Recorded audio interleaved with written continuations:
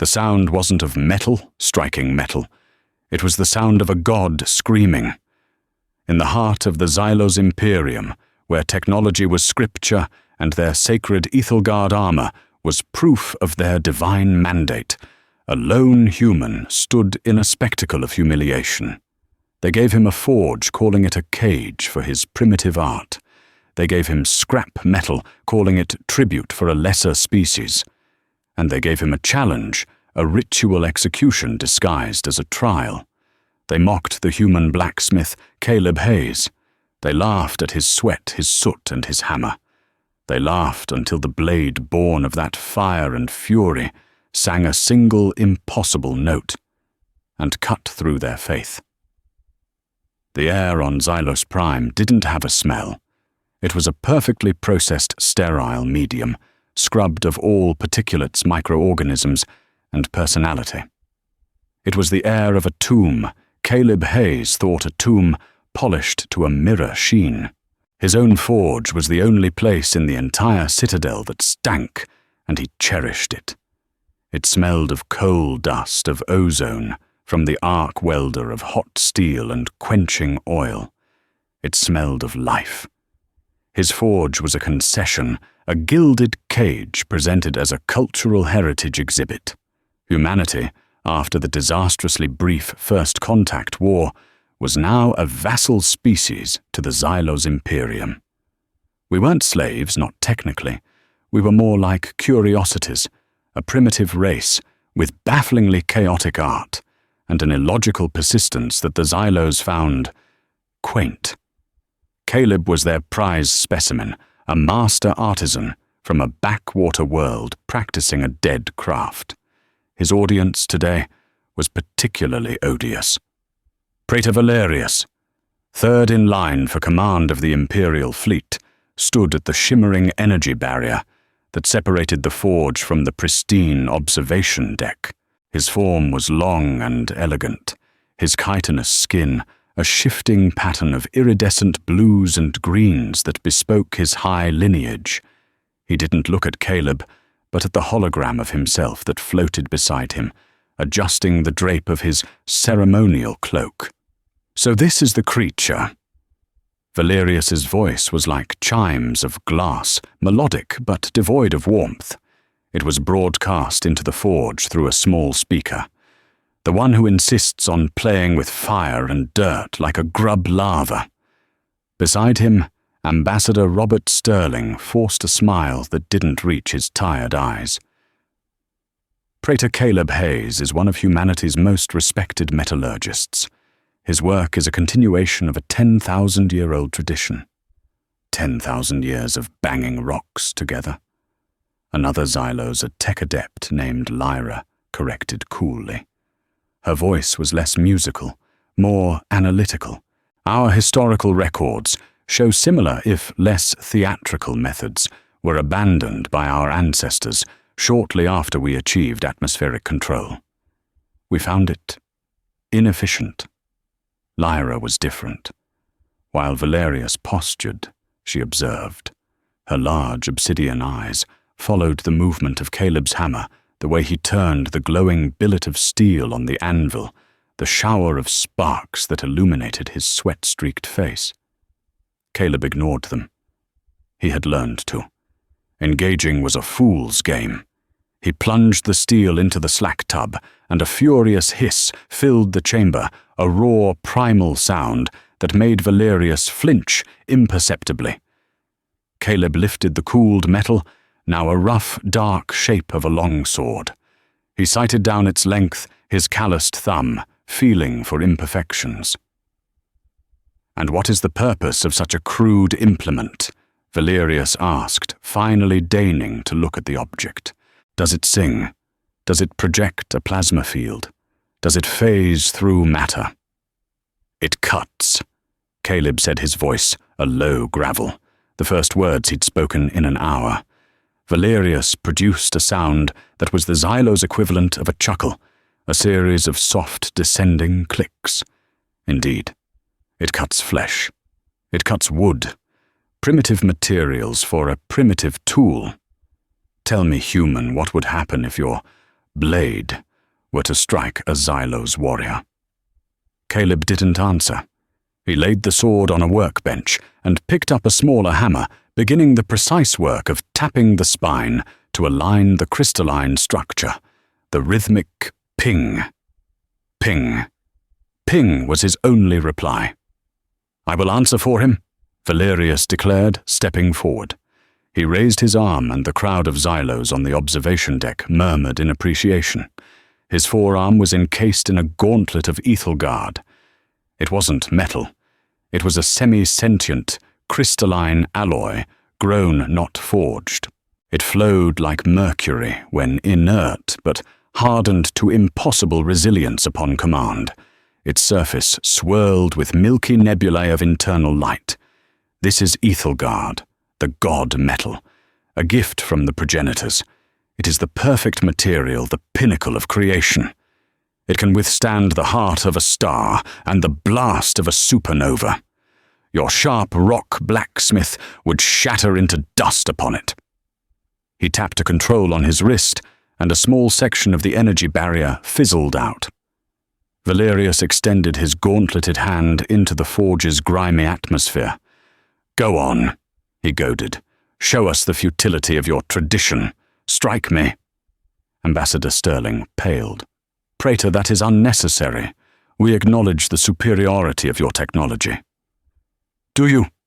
Valerius's gaze was fixed on Caleb. "This one does not. I see it in his eyes. That same stubborn, illogical pride that led your species to fire plasma cannons at our diplomatic fleet. He believes his sweat and ignorance can rival perfection. Indulge me. Or is your master artisan a coward as well as a fool?" Caleb stopped hammering. The silence was thick and heavy. He looked from the gleaming, perfect gauntlet to the unfinished sword on his bench. He then picked up a simple steel bar, one he used for practice. It was heavy, solid, and utterly outclassed. He walked to the barrier, his worn leather apron seeming impossibly drab against the praetor's luminous regalia. He looked at the Ethelgard, not with awe, but with an intense, analytical focus, like a watchmaker studying a new gear. He raised the steel bar. The observing Xylos leaned forward in unison. Lyra's eyes narrowed her head, tilting. Caleb swung, not with rage, but with a controlled, measured force. The impact was a dull, anticlimactic thunk. The steel bar didn't shatter. Instead, a deep 2-inch dent appeared in it. The metal warped and bent. The Ethelgard gauntlet was utterly unmarked, not a scratch, not a smudge. The internal light swirled unperturbed. A wave of derisive clicks and chirps rippled through the Xylos observers. Valerius slowly withdrew his arm as the barrier sealed. "The matter is settled," Valerius said, his voice dripping with condescension as he turned his back on Caleb. "Inefficient. Continue your performance, Blacksmith. The Imperium is ever amused by the follies of children." He swept from the observation deck, his entourage following. Ambassador Sterling shot Caleb a look of pained exasperation before hurrying after them. Only Lyra remained for a moment longer. She wasn't looking at the pristine gauntlet, but at the dented steel bar lying on the forge floor, her brow ridges furrowed in a flicker of something. Puzzlement, Caleb returned to his anvil, his face an unreadable mask. But as he picked up his hammer, his knuckles were white. The mockery didn't sting. It fueled. They saw a dull thud. They saw a bent bar. They didn't hear what he heard. Through the metal, through the very bones of his arm, he had felt it. For a fraction of a nanosecond, as the steel impacted the Ethelgard, he had heard a sound that wasn't a sound. A faint, harmonic resonance. A high, thin, shivering note. The sound of a flaw. The sound of a god ever so slightly wincing. 3 days later, the amusement curdled into a crisis. The human freighter Stardust Drifter, a battered cargo hauler, running niobium from the asteroid belt, was impounded in high orbit around Xylos Prime. The official charge was a violation of Sector 7 transit protocols, a typically bureaucratic and suffocating piece of Xylos legislation. The unofficial reason was far more direct. Praetor Valerius was on the warship that seized it.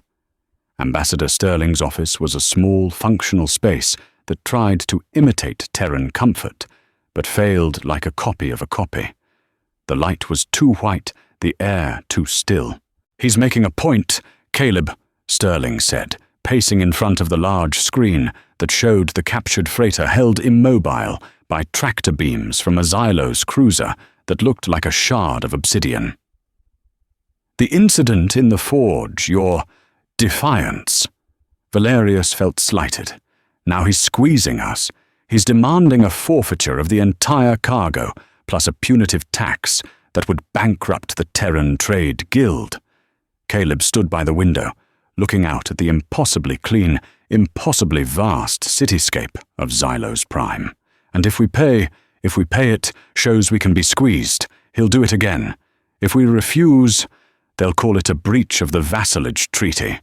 It could give the hardliners in the Imperium the excuse they need to dissolve the Terran Protectorate and absorb us fully.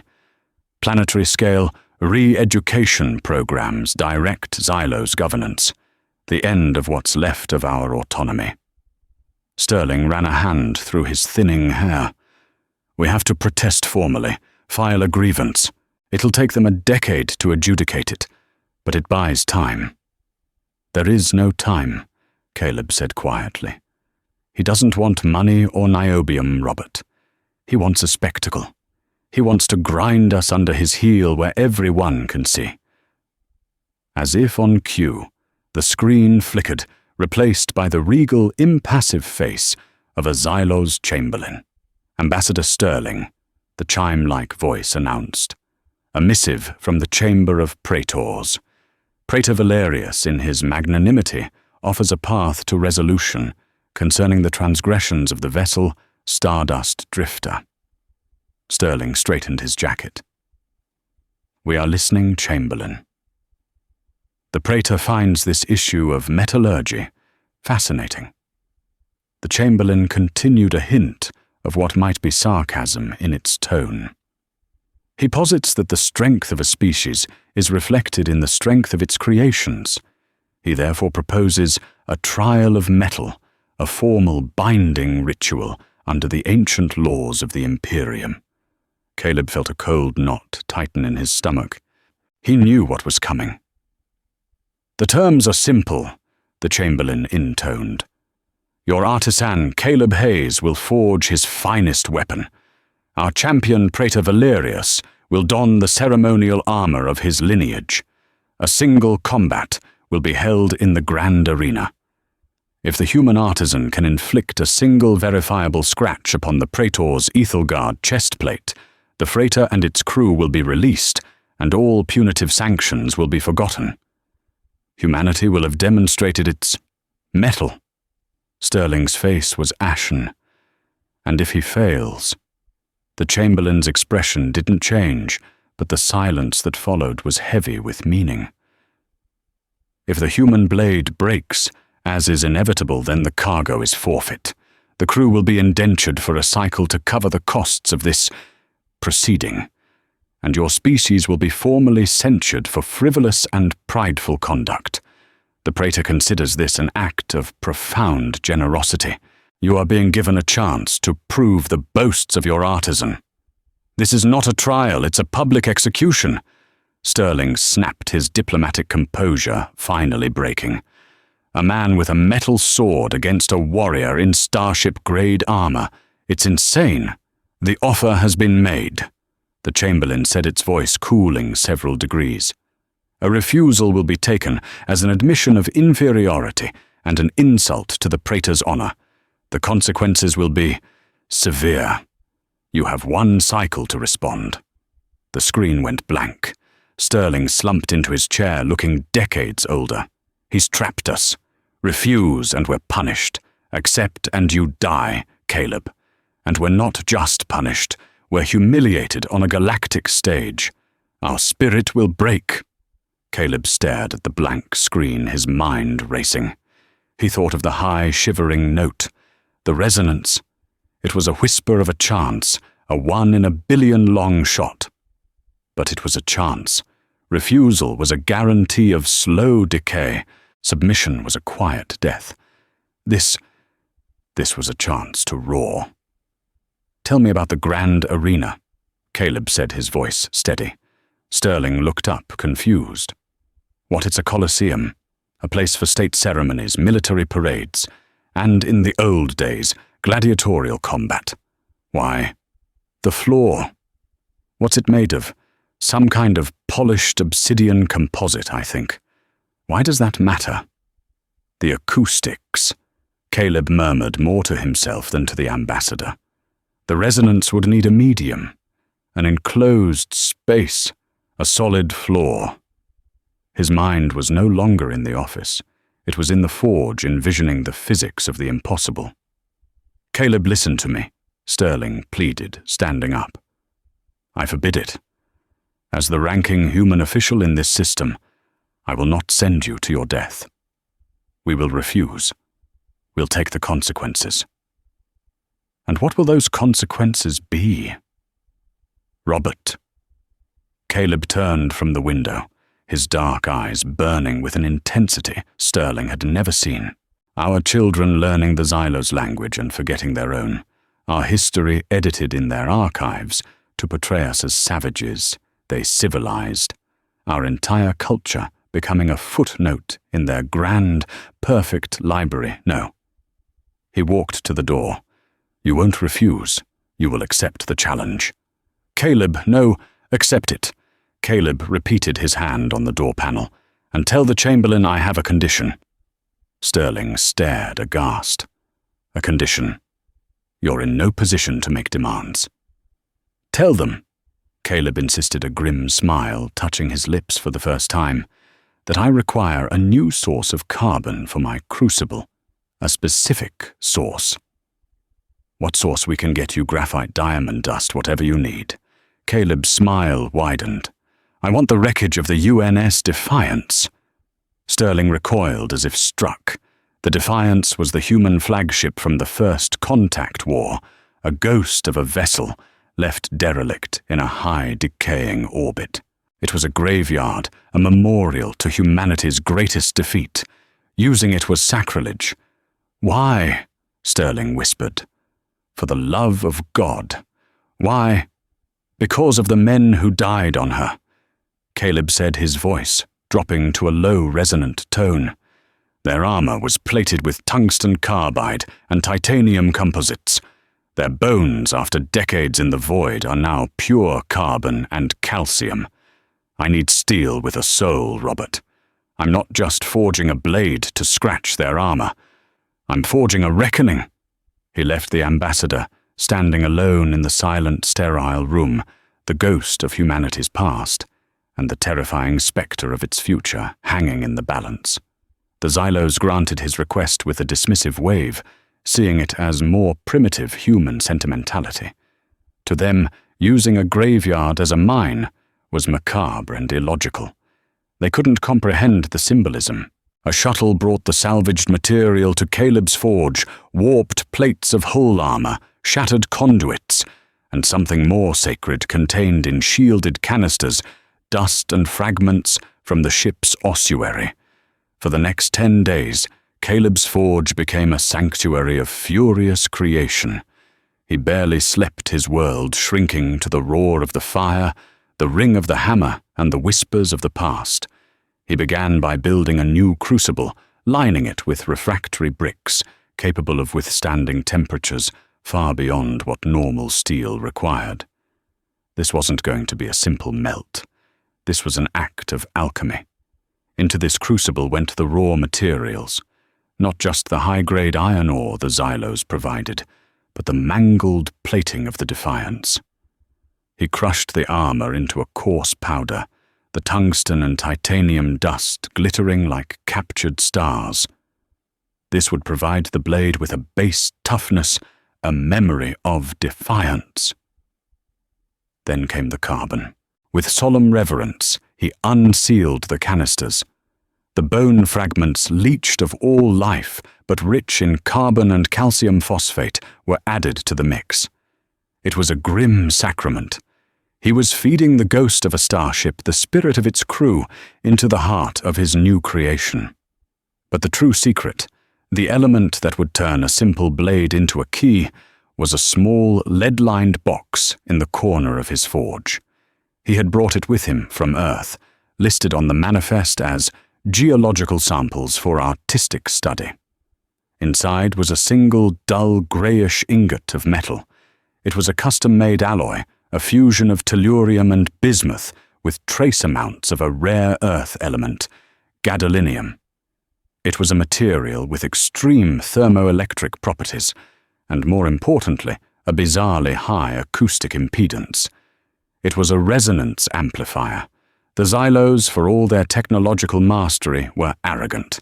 They had mastered energy and exotic matter, but they had dismissed the crude vibrations of physical acoustics as a dead-end science.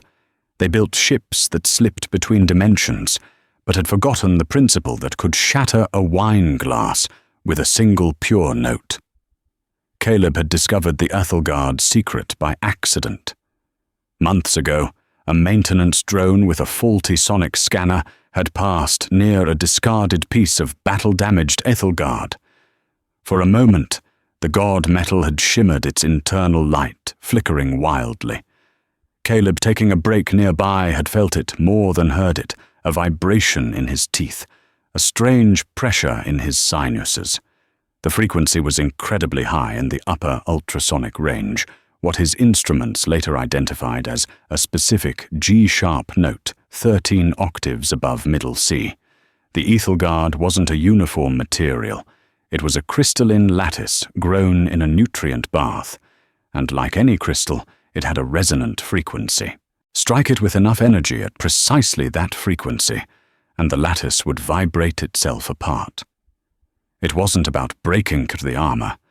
It was about convincing the armor to break itself. The process of forging the blade was a symphony of controlled violence. He didn't just hammer.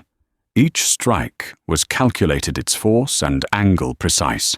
He was not just shaping the metal, he was aligning its very molecular structure, creating a layered matrix, the tough, defiant steel from the defiance, interwoven with veins of his tellurium bismuth alloy.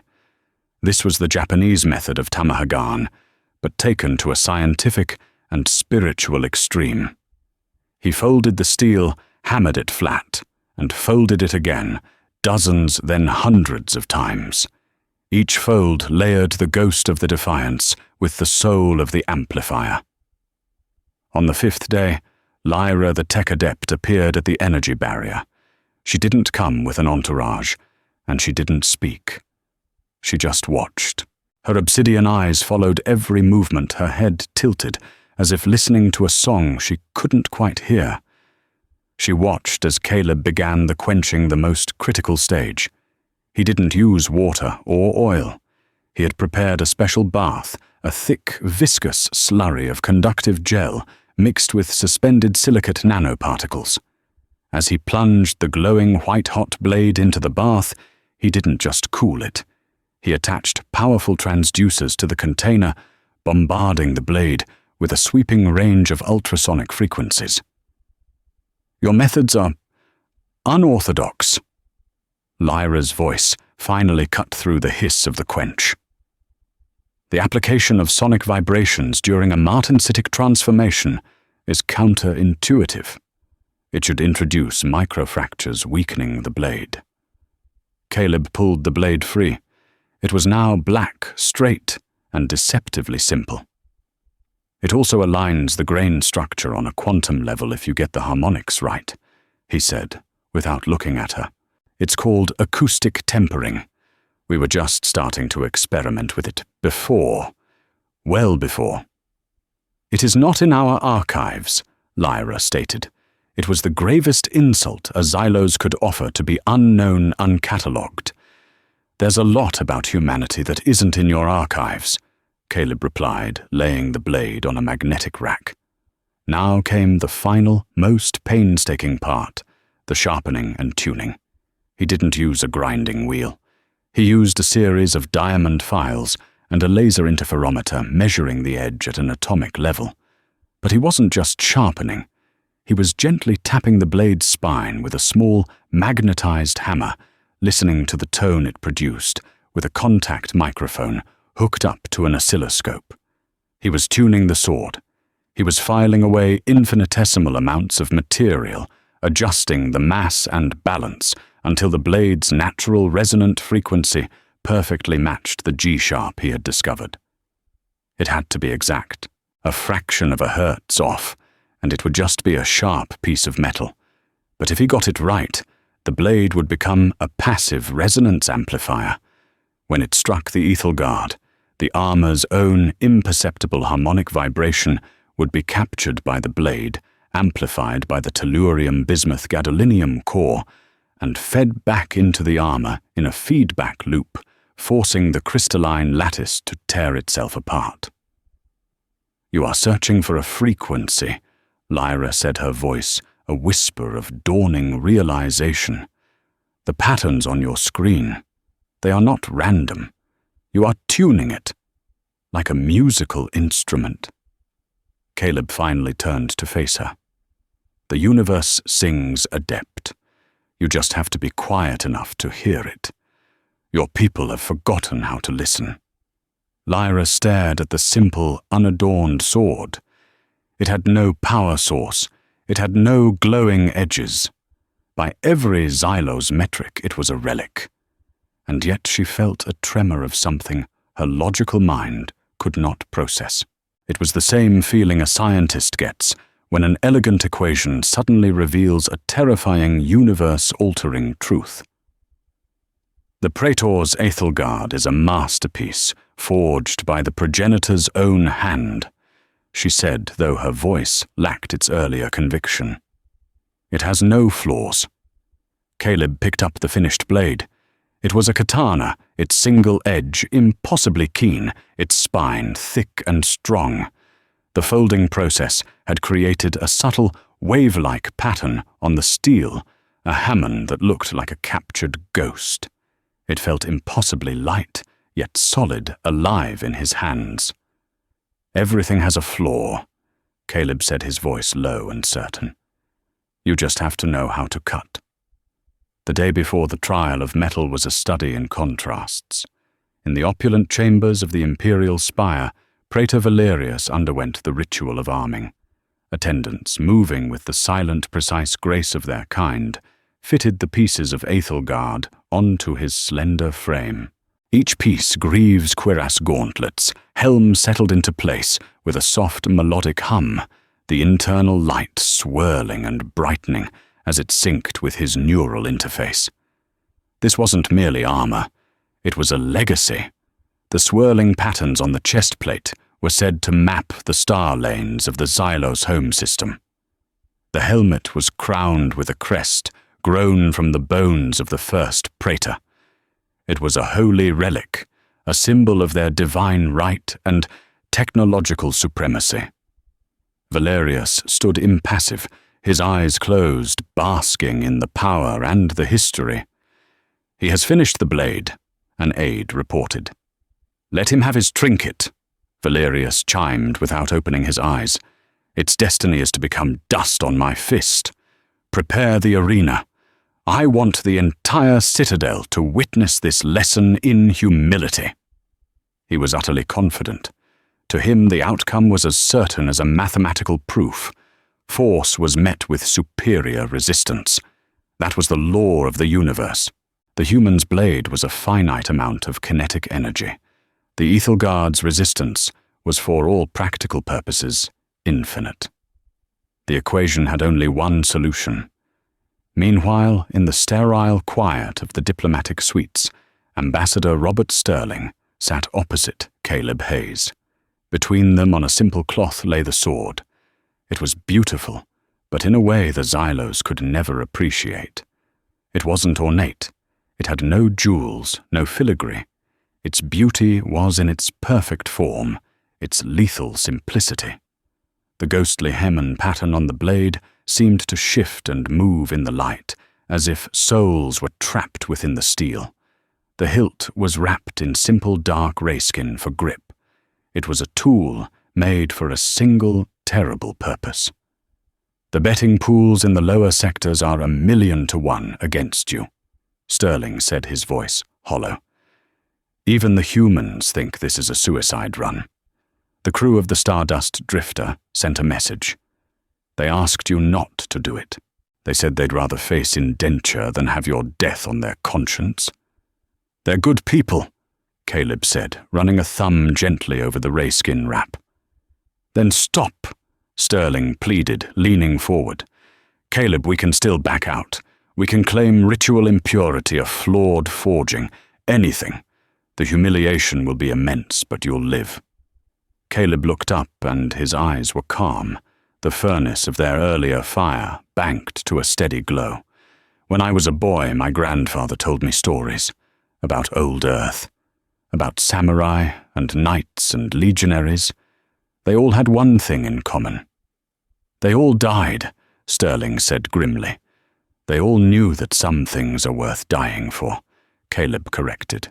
Honor, freedom, the simple bloody-minded refusal to kneel. The Xylos think we're primitives because we still feel those things. They think emotion is a weakness. They've forgotten that a universe without feeling is just a collection of empty, sterile rooms like this one. He stood up and lifted the sword, its balance perfect. This isn't just about a freighter, Robert. It's about them seeing us as nothing more than a problem to be managed. After today, they'll see us as a variable they can't solve. That's a victory, win or lose. Sterling looked at the man before him. He wasn't a soldier or a diplomat. He was a blacksmith, a man who spent his life creating things of strength and purpose from dirt and fire. And in that moment, Sterling understood. Caleb wasn't fighting for a ship. He was fighting for the very idea of humanity. May God have mercy on your soul, Caleb, Sterling whispered. God can watch, Caleb replied, sliding the sword into its simple wooden scabbard, the sire. This is between me and them. Later that night, as an artificial twilight settled over the city, Caleb sat alone in his forge. The fires were banked, the hammers silent. He was cleaning the blade, a meditative act of polishing and oiling. A soft chime announced a visitor. The energy barrier shimmered, and Lyra stepped through. Her official reason was to take final scans of the artifact for the Imperial Archives. She circled the sword where it lay on the anvil, her scanner emitting a soft blue light. She noted its mass, its molecular density, the composition of the steel. Her instruments registered the unusual tellurium-bismuth alloy, flagging it as an anomaly. Your alloy composition is inefficient for edge retention, she stated, her scientific curiosity overriding protocol. The thermoelectric properties are irrelevant for a kinetic weapon. Are they? Caleb said, not looking up from his polishing. The blade's resonant frequency is unusually coherent. She continued, studying her datapad. It's tuned to a peak harmonic of 1.23 gigahertz, a G-sharp. This is statistically impossible for a forged weapon. It implies intent. Caleb stopped polishing and met her gaze. And what does your logic tell you about that intent, tech adept? Lyra's multifaceted eyes stared at him, a flicker of profound unease in their depths. The Xylos mind was built on causality and predictable results, a leads to be. But here the variables were all wrong.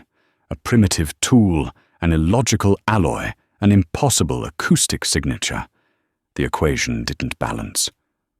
Our analysis of Ethelgard shows no weaknesses, she said, almost as if trying to convince herself. It is a perfect covalent bond. It does not have a failure point. It's a crystal Lyra, Caleb said softly. It was grown. And everything that grows, grows in a pattern, and every pattern can be broken. She took a step back, the implications of his words crashing against the dogma of her entire civilization. The concept of Ethelgard having a flaw was more than a scientific impossibility. It was blasphemy. It was like telling a human that gravity was a choice. "I will record your claims in my report," she said, her voice stiff and formal. She turned to leave.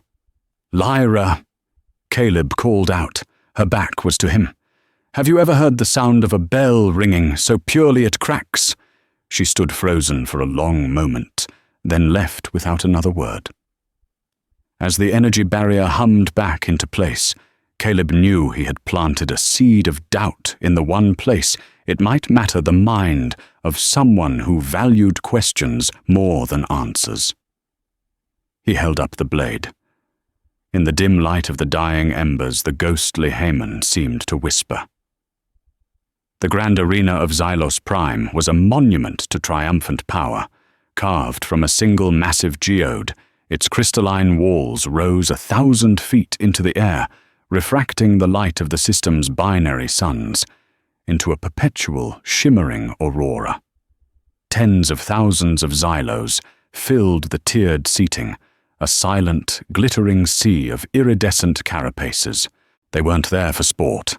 They were there to witness a ritual reinforcement of the natural order. At the center of the arena floor, a polished obsidian disc 100 meters across, stood Praetor Valerius. His Ethelgard armor drank the light, its internal nebulae swirling with arrogant power. He held no weapon. He was the weapon. He looked less like a warrior and more like a statue erected in his own honor. When Caleb emerged from the opposite tunnel, a collective sigh of derision, a soft cascade of clicks rippled through the colossal stadium. He looked small, fragile, a drab smudge of grey and brown against the arena's splendor. He wore simple padded cloth armor and his leather apron as if he had just walked from his forge. In his hand, he carried the sheathed katana.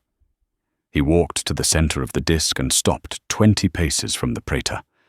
The scale of the place was designed to intimidate, to make any individual feel insignificant. Caleb planted his feet, feeling the strange, glassy texture of the floor through his boots. He took a breath, the sterile, processed air, an alien presence in his lungs. A gong, its tone, a deep, resonant hum sounded through the arena. The trial had begun. Valerius did not move. He simply stood, arms crossed over his chest, a gesture of ultimate contempt. "You may have the first strike. Primitive." His voice boomed through the arena's amplification system. "Let us conclude this farce with haste." Caleb drew the sword. The sound of the blade sliding from the wooden sire was a soft, almost intimate shh, completely lost in the vastness of the arena. He held it in a two-handed grip, the classic Kamai stance. He knew he had one chance. Maybe not even that. He couldn't just swing wildly. The feedback loop required the blade to strike the armor at a perfect 90-degree angle, maximizing the transfer of kinetic and sonic energy. A glancing blow would do nothing. He needed to find the exact frequency, and he needed Valerius to be still. Caleb advanced slowly. Valerius watched him, an expression of supreme boredom on his elegant features. Caleb lunged, a swift probing thrust aimed at the praetor's shoulder. Valerius moved with startling liquid grace. He didn't block, he simply shifted his weight, and the blade slid harmlessly off the curved pauldron with a dull tink. The sound was pathetic, a child tapping on a vault door. A wave of amused clicks echoed from the stands. Caleb disengaged, circling. He tried again, a low sweep aimed at the greave covering Valerius's leg. Again, the praetor sidestepped with contemptuous ease, the blade striking nothing but air. "Your movements are as crude as your tool," Valerius chimed. "All sharp angles and wasted energy. You telegraph your every intent." He was right. Caleb was not a swordsman. He was a blacksmith. His body was strong, but it was conditioned for the rhythm of the hammer, not the deadly dance of combat. He was being toyed with, made a fool of. Ambassador Sterling, watching from a high balcony, closed his eyes. Caleb fainted high, then swung low in a powerful arc. This time Valerius didn't bother to move. He simply raised his forearm, and the katana struck the Ethelgard gauntlet with a jarring thud. The impact vibrated up Caleb's arms, a dead soul-crushing shock. There was no resonance, no high shivering note, just the blunt reality of superior material science. The sword, however, was unharmed. The ghost of the defiance held true. Valerius laughed, a genuine cascade of melodic clicks this time. It seems your sharp rock is at least durable, a commendable if useless quality. With a speed that defied physics, Valerius's arm shot out the back of his gauntleted hand, catching Caleb across the chest. It wasn't a punch, it was a dismissal, but the force was incredible. Caleb was thrown backwards, skidding across the obsidian floor, the air driven from his lungs. He landed in a heap, his head ringing. From the stands, the mockery grew louder. This was what they had come to see. The futility of the lesser races, the effortless dominance of the Xylos. Caleb pushed himself to his knees, gasping for air. His ribs screamed in protest. Despair, cold and sharp, began to creep in. The drone, the accidental discovery. It must have been a fluke, a trick of the light. His theory was wrong. Valerius began to walk toward him, his pace slow and deliberate, like a predator approaching fallen prey. The lesson is nearly over, Blacksmith. I will now demonstrate the proper use of force. He raised his hand, intending to shatter the pathetic human blade and end the trial. Caleb looked up, seeing the towering, gleaming figure. He saw the contempt in the praetor's posture, heard the derision of the crowd. And in that moment of utter hopelessness, something shifted. He wasn't just a blacksmith anymore. He was the last son of a long line of warriors, of engineers, of artists who refused to quit. He was the vessel for the crew of the Defiance.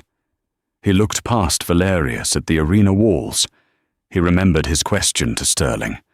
The acoustics, the gong. The sound of the gong was still echoing a faint, subharmonic hum that vibrated through the obsidian floor. His theory wasn't wrong.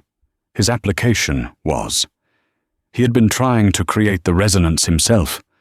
But what if the blade wasn't meant to create the note, but to focus it, to channel a vibration that was already there? He scrambled to his feet, a wild, desperate idea forming in his mind. He ignored Valerius's advance.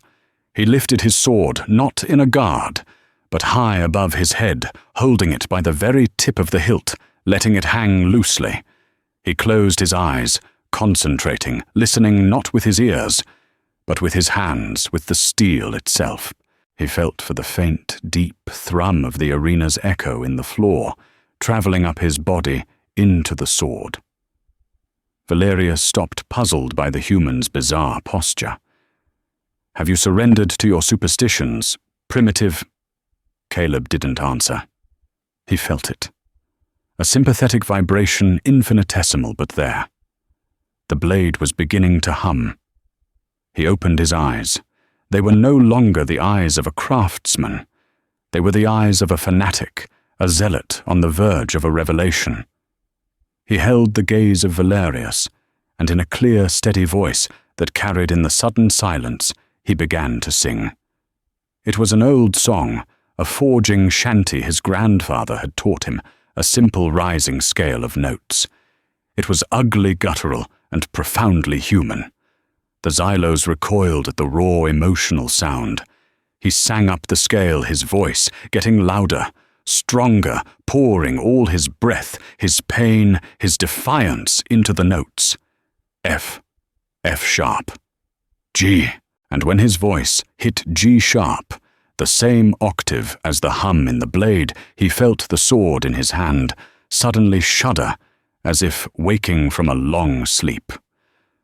The sympathetic resonance from the arena floor, focused by his voice, was now vibrating through the blade, turning it into a massive tuning fork. The ghost in the machine began to wake. The sound started subtly. A high-pitched, keen, barely audible above Caleb's singing. The blade itself seemed to blur at the edges, a low hum emanating from the steel. The ghostly Hammond pattern on the blade began to glow with a faint, internal silver light. Praetor Valerius took an involuntary step back. The sight was inexplicable, violating a dozen laws of Xylos physics. "What sorcery is this?" he hissed, his composure finally cracking. In the high observation deck, Lyra's eyes widened. On her datapad, which was still passively scanning the arena, a graph spiked violently. The blade wasn't just vibrating, it was oscillating at a precise, terrifyingly coherent frequency. 1.23 gigahertz. She looked from her screen to the glowing sword and whispered a single word of archaic Xylos, a word that had not been used for millennia: resonance. Caleb stopped singing. The arena was dead silent, save for the piercing hum of the katana. He lowered it no longer, holding it loosely, but gripping it with white-knuckled intensity. The vibration was a living thing now, a furious energy thrumming through his hands, up his arms into the core of his being. He felt as though he were holding a lightning bolt. He took a step forward. Then another. He wasn't the clumsy blacksmith anymore. He moved with a terrifying purpose, each step solid and measured. He was no longer trying to be a swordsman. He was a force of nature, an instrument of physics, about to deliver its final, irrevocable judgment. Valerius, driven by instinct and a lifetime of arrogant superiority, reacted as a warrior would. He saw a threat and moved to crush it. He lunged forward, his gauntleted fist aiming not to disable but to pulverize Caleb's head. Caleb did not dodge. He did not block. He simply took one final grounding step, pivoted on his heel, and swung the screaming blade in a clean horizontal arc. He put the entirety of his body, the memory of his ancestors, and the rage of a subjugated species into that single motion. Time seemed to slow. The Xylos in the stands saw their champion, a gleaming god of war, moving to strike down the primitive human. They saw the human's crude blade, now glowing with an unnatural light, swinging to meet him. The blade did not strike the gauntlet. Caleb's aim was perfect. It struck the center of the praetor's chest plate, the very heart of the Aethelgard armor. The moment of impact was silent. There was no clang, no crash, no explosion. For a single eternal nanosecond, the glowing katana and the swirling Aethelgard chest plate were one. Then the sound came. It was not the sound of metal cutting metal. It was the sound of a universe being torn, a shriek of pure crystalline agony that ripped through the arena, forcing every Xylos to cover their auditory senses.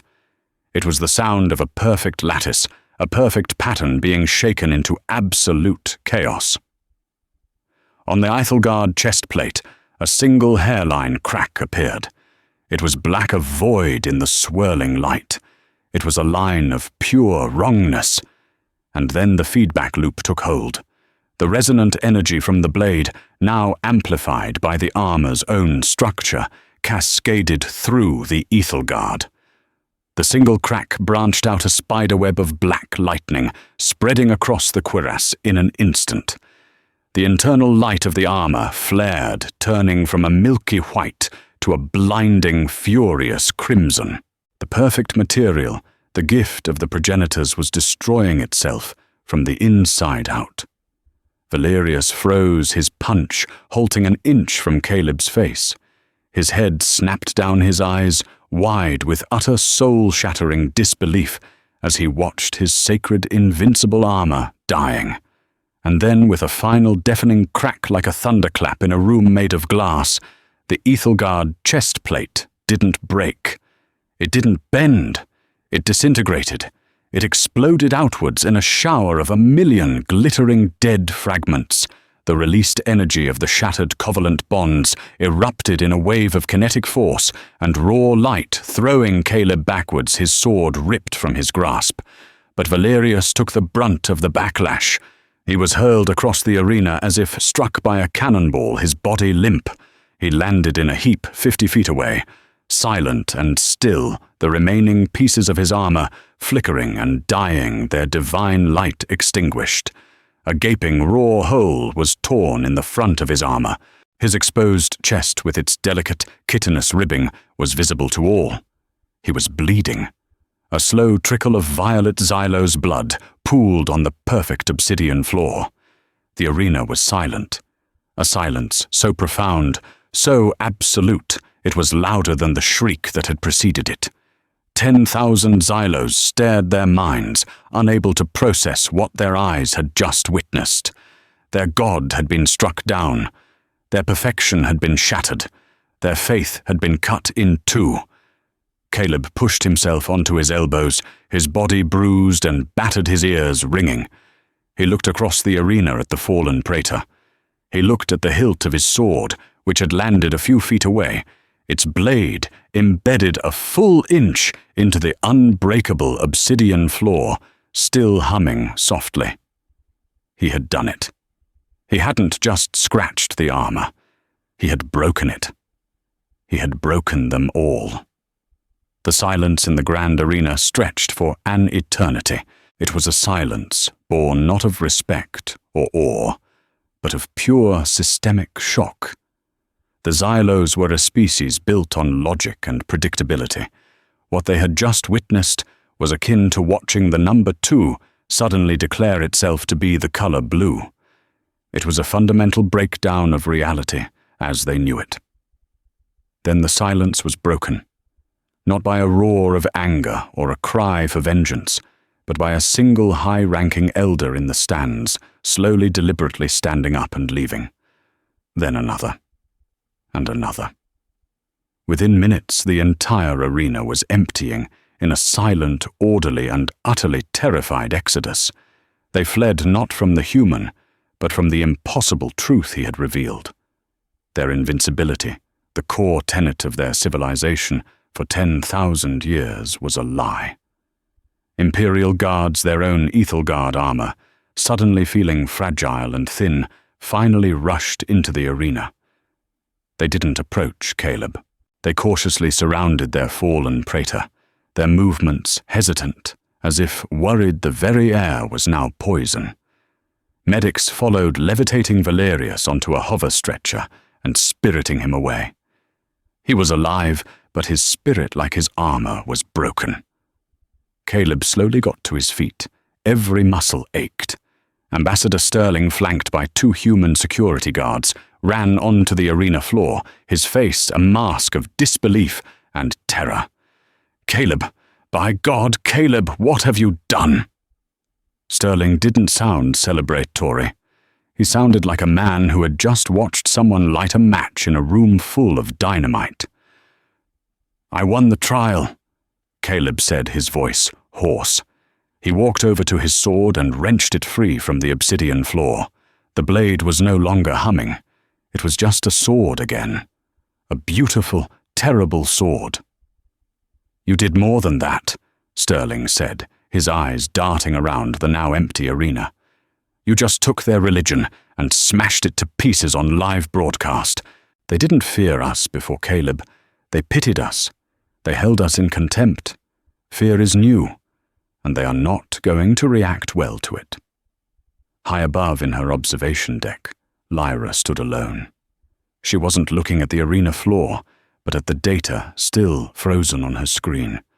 The resonance cascade, the harmonic feedback loop. It was all there. A simple, elegant, and devastatingly fatal principle of physics that her entire species had overlooked as primitive. Humanity hadn't defeated them with a bigger gun or a faster ship. They had defeated them with a song, with a whisper in the heart of their perfect creation that had been waiting there for millennia to be heard. Her logical mind, for the first time, was confronted with an illogical conclusion. The humans' chaotic, emotional, and inefficient nature wasn't a weakness.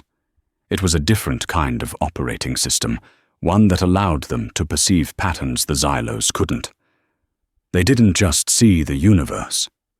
They felt it. The immediate repercussions were swift. The freighter Stardust Drifter was released without comment. Its crew was returned shaken and confused, having watched the broadcast from the brig of the Xylos warship. All sanctions were dropped. The Xylos Imperium honored the letter of the agreement with a cold, silent precision. But the spirit of the agreement was dead. Humanity was no longer a quaint vassal state. They were an existential threat. A species capable of shattering gods could not be trusted, could not be tolerated. In the days that followed, the Citadel became a place of whispers. The price of Ethelgard on the galactic market plummeted. Xylos warriors were seen training with energy shields and kinetic barriers technologies they had previously deemed secondary to their perfect armor. The human cultural heritage exhibit. Caleb's forge was sealed, surrounded by a hard light barrier and guards. Caleb himself was confined to the embassy, not as a hero, but as a prisoner of his own victory. He had won the battle, but in doing so, he had started a war far more profound than the first one. It wouldn't be a war of ships and plasma, but a war of ideas. The idea of flawed, chaotic, stubbornly emotional humanity against the cold, brittle perfection of the Xylos. One evening a message came for Caleb. It was from Lyra. There was no sound, just a single line of text on his terminal. It wasn't a threat or a commendation. It was a simple, terrifying question. "Can you teach me how to listen?" Caleb looked out his window at the gleaming, perfect city that now held its breath in fear of him. He had come here as a curiosity, a blacksmith. He had forged a single blade, but the echo of its cut had reshaped the galaxy. He hadn't just broken a piece of armor. He had given humanity back its fangs and reminded the universe that even in an age of starships and gods, the oldest magic's fire steel and the indomitable will of a single soul were still the most powerful of all. The age of Xylos was over. The age of man was about to begin, not with a treaty, but with the ring of a hammer on an anvil. That single cut did more than shatter a praetor's armor. It shattered an empire's belief in its own divinity. Caleb Hayes, the humble blacksmith, proved that humanity's strength isn't in mimicking the powers of others, but in mastering the truths they've forgotten. He showed them that true power isn't about being unbreakable. It's about knowing where to strike.